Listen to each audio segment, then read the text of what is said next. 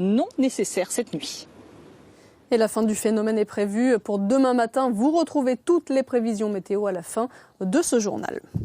Ils avaient créé la Canavape, une e-cigarette permettant de consommer du chanvre. Ils en vantaient les vertus thérapeutiques. Voilà pourquoi à Marseille, 2 trentenaires ont été condamnés à de la prison avec sursis.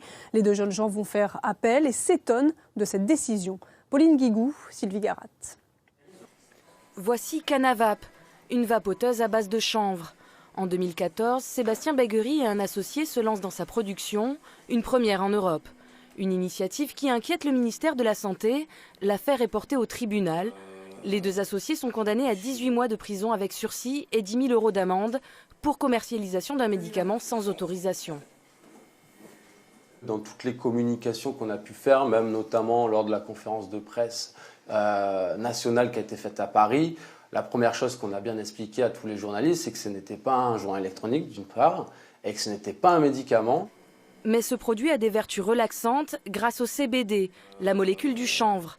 À ne pas confondre avec le THC, le psychotrope présent dans le cannabis. En France, la commercialisation du CBD est légale. Ce produit, pour lequel mon client a été condamné, a fait tout le circuit français, en France, obligatoire des autorités publiques de contrôle, et n'a été interdit par personne. Pourtant, on nous a rendu une décision lourde, comme si les 2 prévenus avaient été des trafiquants de stupéfiants, alors que, je le rappelle, ils ont commercialisé des produits qui aujourd'hui pullulent partout en France. En effet, 3 ans après Canavape, on retrouve du CBD liquide dans toutes les boutiques de cigarettes électroniques, un marché en plein essor. Ce commerçant est le premier à l'avoir mis en vente sur Marseille. C'est vrai que j'ai reçu 2-3 confrères qui m'ont dit que c'était pas beau, qu'il fallait pas associer la vape au joint, au cannabis, etc.